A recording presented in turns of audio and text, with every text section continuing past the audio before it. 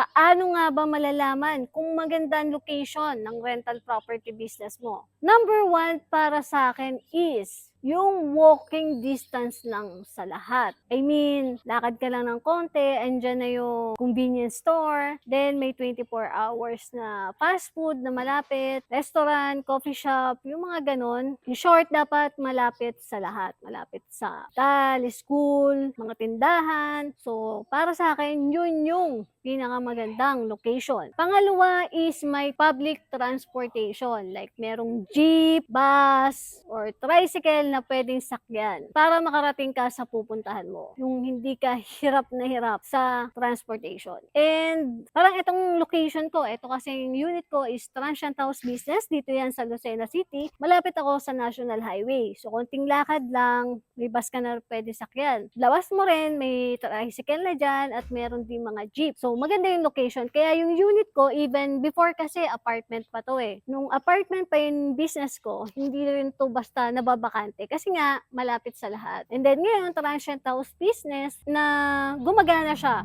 Kasi nga, maganda yung location, malapit sa National Highway, so yung mga travelers, mas prefer nila mag-stay dito sa unit. And then, ang pangatlo din na i-consider nyo kung pipili kayo ng location na sa tingin nyo ay maganda para sa paupahan nyo, is consider nyo dapat yung ganito. Yung paligid, is safe ba? Walang pakalat-kalat ng mga tambay. Then, yan. So, alam ng mga tenant mo na safe sila dito, kahit gabi sila umuwi, alam nila na ligtas sila makakauwi para magtagal sila sa unit mo. Kasi kung hindi safe yung lugar mo, kahit na mura pa yung parenta mo, hindi pa rin sila mag-i-stay sa inyo. Number 4, dapat tahimik sa lugar. Kasi alam naman natin, pagtulog is life talaga para ma-recharge ang katawan natin. So, yung mga tenant, ganun din. Gusto nila tahimik na lugar, makakapagpahinga sila ng maayos, walang maingay na kapitbahay, walang magulo yung daanan ng mga sasakyan, busina, yung sobrang hirap na sila makatulog. Naalala ko no, nasa Manila pa ako. Tumira ako malapit sa tren, istasyon ng tren. Ang ingay ng tren. So, hindi ako masyadong makatulog. Kaya, prefer ko pag naghahanap ako ng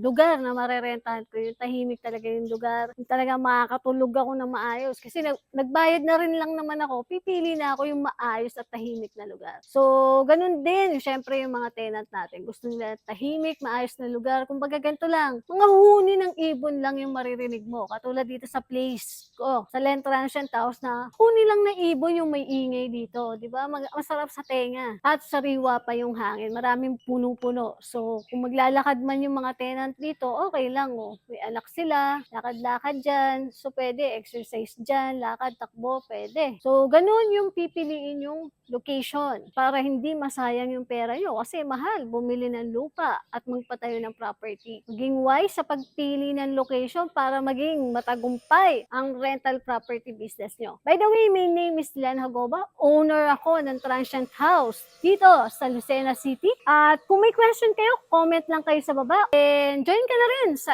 FB group na binuo ko, ang All About Rental Property Business at Bahay. Diyan, mga landlord yung kasama natin sa group. Pwede ka rin mag-post dyan ng question mo or experience mo para lahat tayong matuto dyan. So, see you po ulit sa susunod na vlog ko. Bye po muna ngayon!